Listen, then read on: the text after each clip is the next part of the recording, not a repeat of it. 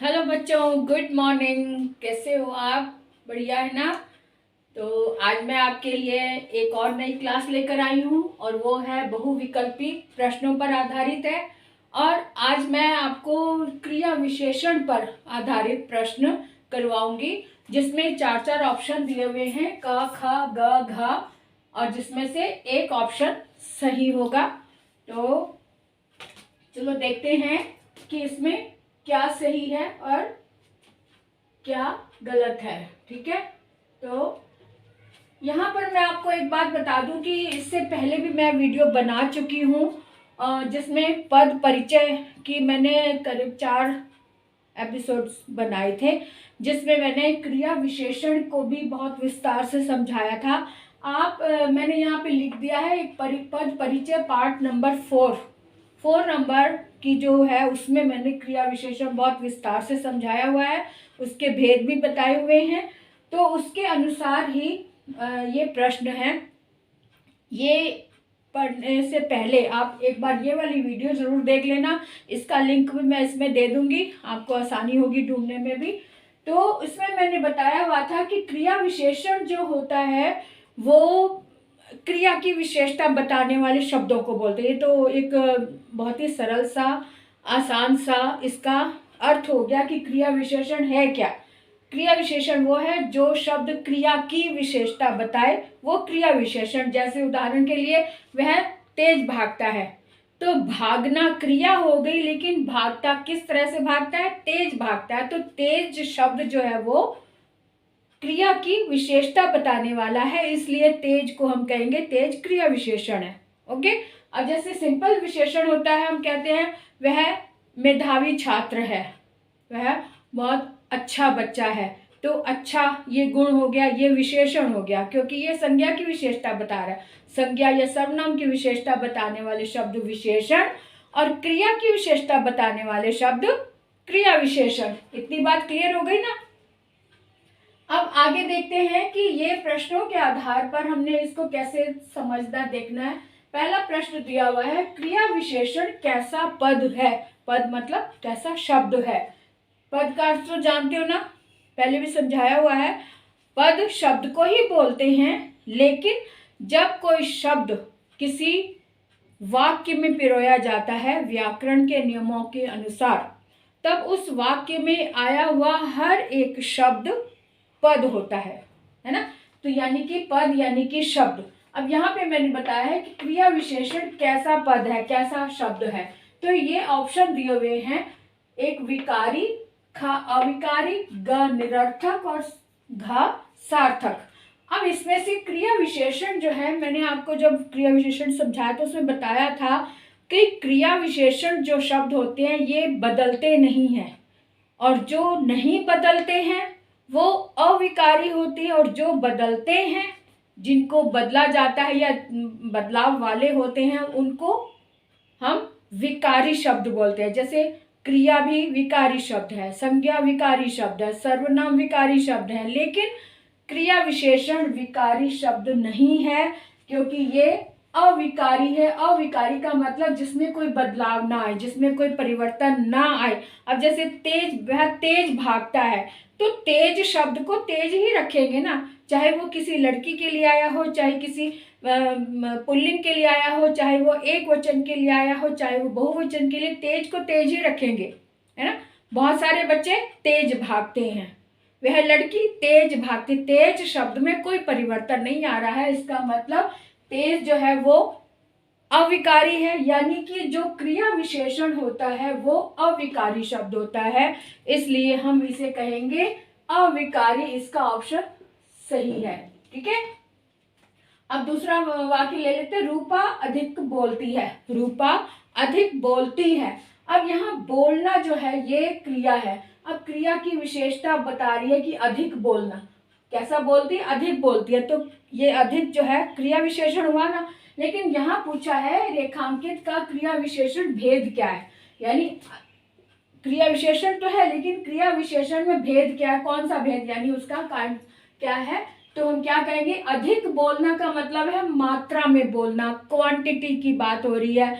अधिक बोलना या कम बोलना, यानी परिमाण की बात हो रही है, नाप तौल की बात हो रही है, तो इसलिए हम इसको कहेंगे यहाँ पे परिमाणवाचक विशेषण को हम लेंगे परिमाणवाचक क्रिया विशेषण। जो अधिक शब्द है ये ग ऑप्शन का है इसका उत्तर, परिमाणवाचक क्रिया विशेषण। ठीक है, आगे बढ़ते हैं।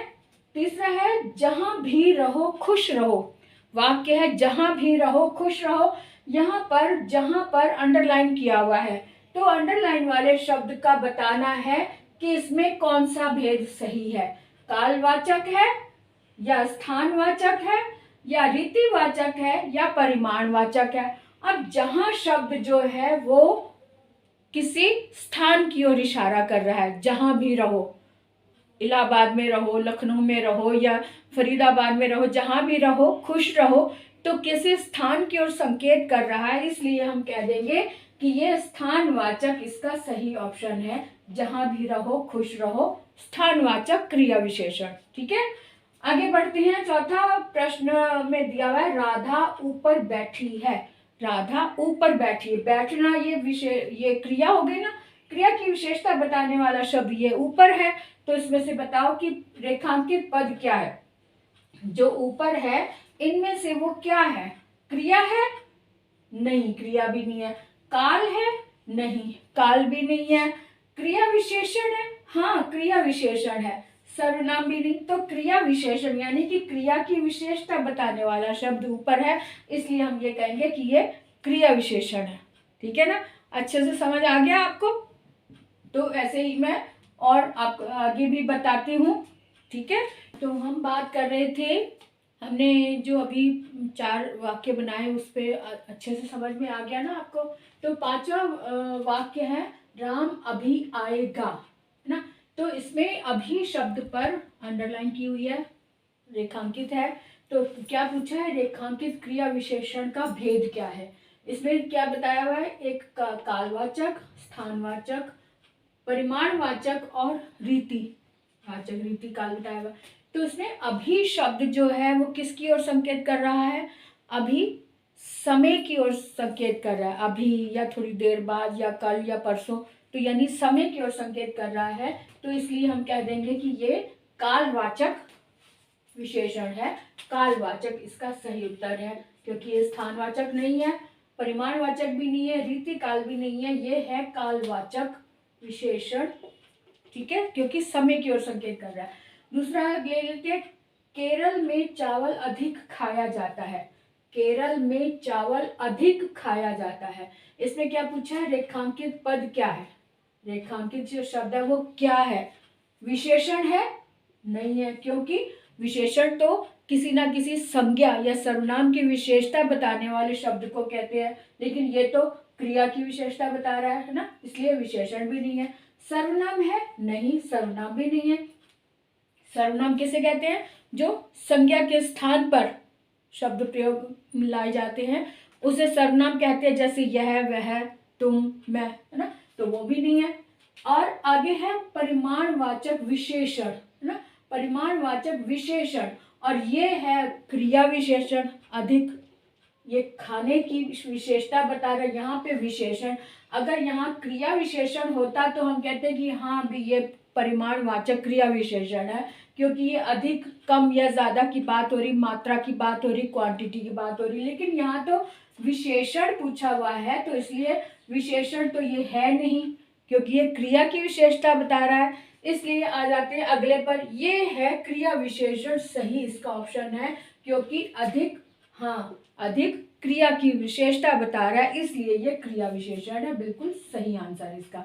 ठीक से बात समझ में आ गई ना। यहाँ पर कंफ्यूजन हो सकता है कि परिमाणवाचक विशेषण, अभी पीछे एक और हमने किया था ना, क्या था वो, अधिक खाता है, उसमें भी अधिक कुछ बात हुई थी, तो उसमें अधिक हमने देखा था कि परिमाणवाचक क्रिया विशेषण आ रहा था, क्योंकि वहां पे ऑप्शन क्रिया विशेषण का दिया हुआ था, इसलिए यहाँ पे विशेषण साथ में दिया हुआ है, इसलिए ये नहीं हो सकता, क्योंकि ये क्रिया विशेषण है, तो क्रिया विशेषण इसका सही उत्तर है। अब अगला वाक्य है माताजी बाहर गई है ना। तो माताजी बाहर गई है, इसका मतलब बाहर शब्द अंडरलाइन किया हुआ है, इसके ऊपर क्रिया विशेषण का भेद बताइए। बाहर शब्द के लिए क्रिया विशेषण का भेद बताना है। ऑप्शन क्या है? कालवाचक, स्थानवाचक, रीतिवाचक, परिमाणवाचक। तो हमने क्या देखा? कालवाचक नहीं, कालवाचक नहीं है। स्थानवाचक, हाँ स्थानवाचक है, क्योंकि स्थान की बात हो रही। घर के अंदर होते तो घर का स्थान होता, बाहर गई, घर से बाहर गई तो बाहर वाले स्थान पर है। लेकिन रीतिवाचक भी नहीं है। रीतिवाचक का मतलब होता है किसी तरीके से, तरीके को बताना। और परिमाण का मतलब होता है कोई ना कोई मात्रा की बात होना, क्वांटिटी की बात होना। तो यहाँ पे बाहर शब्द जो है वो स्थान की ओर संकेत कर रहा है, इसलिए ये ऑप्शन हमारा बिल्कुल सही है, स्थानवाचक। ठीक है। अगला है वह चुपके से खा रहा है। अब ये शब्द देखो थोड़ा सा डिफरेंट हो गया। अभी तक हमने जितने भी पढ़े थे, कोई कालवाचक आ गया, कोई स्थानवाचक है, कोई परिमाणवाचक है, कोई क्रिया विशेषण की ओर का ही भेद है। तो ये शब्द थोड़ा सा अलग है, चुपके से खा रहा है। अब यहाँ पे ये वाक्य इनके ऑप्शन दिए हुए हैं, क्या है? रीतिवाचक, परिमाणवाचक, कालवाचक और स्थानवाचक। इसमें क्या पूछा? रेखांकित क्रिया विशेषण का भेद क्या है? यहाँ चुपके से परिमाण नहीं है, कालवाचक नहीं है, स्थानवाचक नहीं है, तो क्या है? ये रीतिवाचक है, यानी तरीके की बात हो रही। चुपके से खा रहा है, किस तरीके से खा रहा है? चुपके से खा रहा है, इसलिए ये ऑप्शन इसका उत्तर सही है, रीतिवाचक। ठीक है। तो अब आपको अच्छे से समझ में आ गया होगा। तो ऐसे ही और बहुत सारे प्रश्न लो, उस पर अभ्यास करो और फिर देखो, बहुत अच्छे से आपको भी समझ में आ जाएगा। तो मेरे साथ साथ अगर आपको कोई और भी कोई प्रश्न पूछना चाहते हो इससे रिलेटेड, तो ज़रूर कमेंट बॉक्स में आकर लिखो और मुझसे प्रश्न पूछो, क्योंकि मुझे आपके कमेंट्स की बहुत बहुत बहुत इंतज़ार रहती है। लेकिन आप कमेंट बहुत कम देखते हो, वीडियो सिर्फ देख लेते हो और अपना काम कर लेते हो, लेकिन मुझे कमेंट नहीं करते। मुझे कैसे पता चलेगा कि आपको कैसा लग रहा है? ठीक है।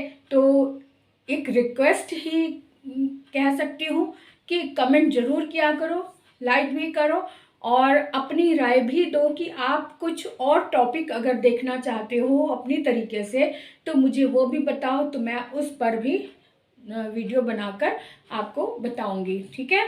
तो ये कैसा लगा ज़रूर बताना और अगले वीडियो तक के लिए बाय बाय।